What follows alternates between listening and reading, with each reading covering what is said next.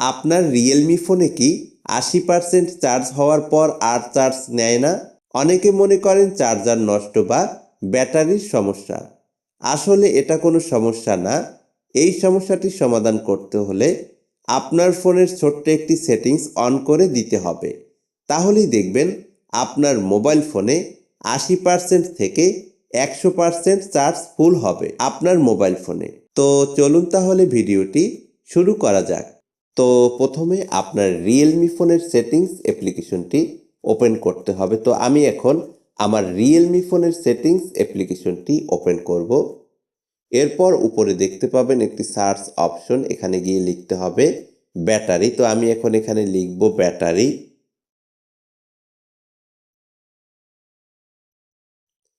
ওকে, এরপর নিচে দেখতে পাবেন ব্যাটারি অপশন। এরপর 2 নম্বরে দেখতে পাচ্ছেন ব্যাটারি মোড, এখানে ক্লিক করব।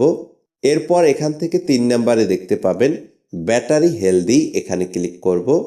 এরপর নিচে দেখতে পাচ্ছেন কাস্টম চার্জিং লিমিট, এর পাশে দেখতে পাচ্ছেন একটি ইনেবল অপশন অফ করা রয়েছে, এটাকে এখান থেকে অন করে দিব।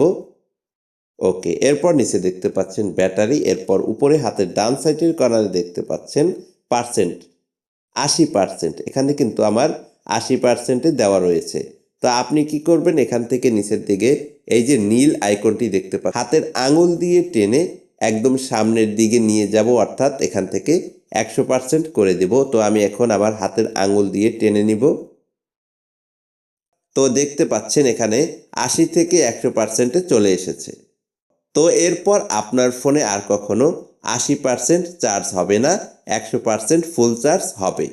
তো আপনি কখনো মোবাইল ফোনে 100% চার্জ করবেন না।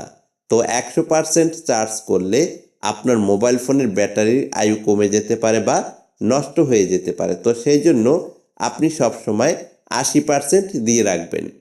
যখন আপনার ফোনে 80% চার্জ হবে তখন কিন্তু আপনার ফোনে অটোমেটিক চার্জ নেওয়া বন্ধ হয়ে যাবে। তো দেখতে পেলেন কিভাবে 80% চার্জ থেকে 100% চার্জ করা যায়।